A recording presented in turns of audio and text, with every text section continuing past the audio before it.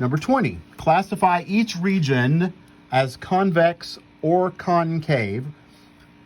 Remember, convex means if both ends of some line segment are inside the region, then the whole line segment has to be in the region. For example, 20A, there's a point in the region, there's a point in the region, but if I connect them with a line segment, notice the line segment left the region. This one is not convex, this one is concave, because that line segment left the region. If I were to, another way to think of it is imagine a rubber band stretched around it. If I were to release that rubber band, it would not trace inside here at all. It would just go right across there. And if it doesn't trace the whole curve, it's concave. This one, there's no way to find 2 points in here without the whole segment being in here. This one is convex. Anytime I have 2 points in here, the entire segment is in here, no matter where I draw the 2 points. This one, if I put a point here and connect them, notice that the segment left the region. This one is concave. Now, probably the most asked about problem, number 26. To prepare for their annual volleyball party, the Chase family has laid out a 4-sided volleyball court in which 2 opposite sides have a length of 30 feet each, and the other 2 opposite sides have a length of 60 feet each, and you're supposed to explain why the court may not be rectangular. Okay, so that really means you have to understand the definition of rectangular. What is the definition of rectangular? A rectangle has 4 right angles. That's the whole definition.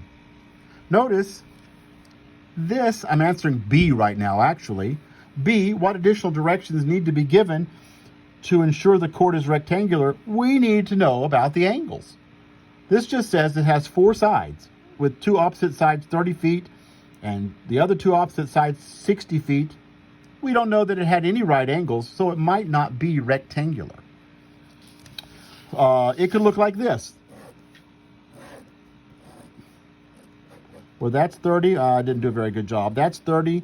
That's 30. That's 60. That's 60. This is just a parallelogram.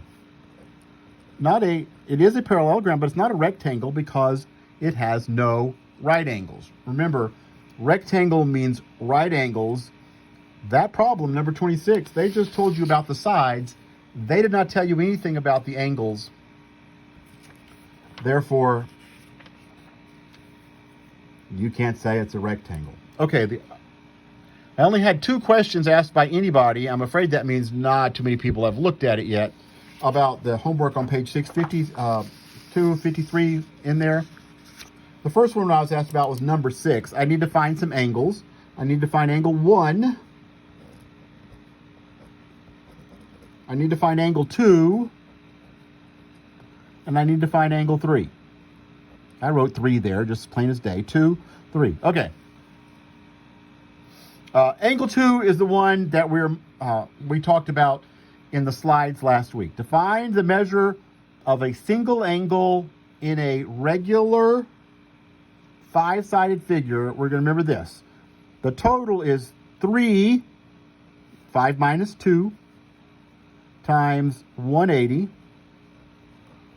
and therefore each angle, I don't know what just happened to my computer, it died, over 5.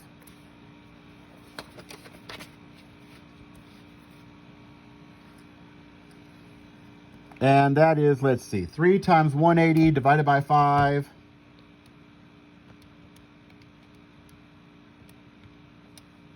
Each angle is 108 degrees.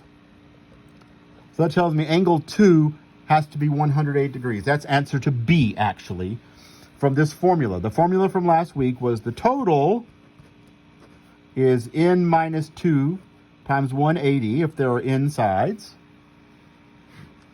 And each angle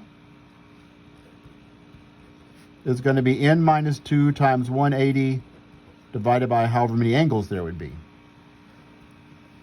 Now, this was a thought problem here. I didn't tell you how to find angle 1. Oh, by the way, C, find angle 3. This is 108.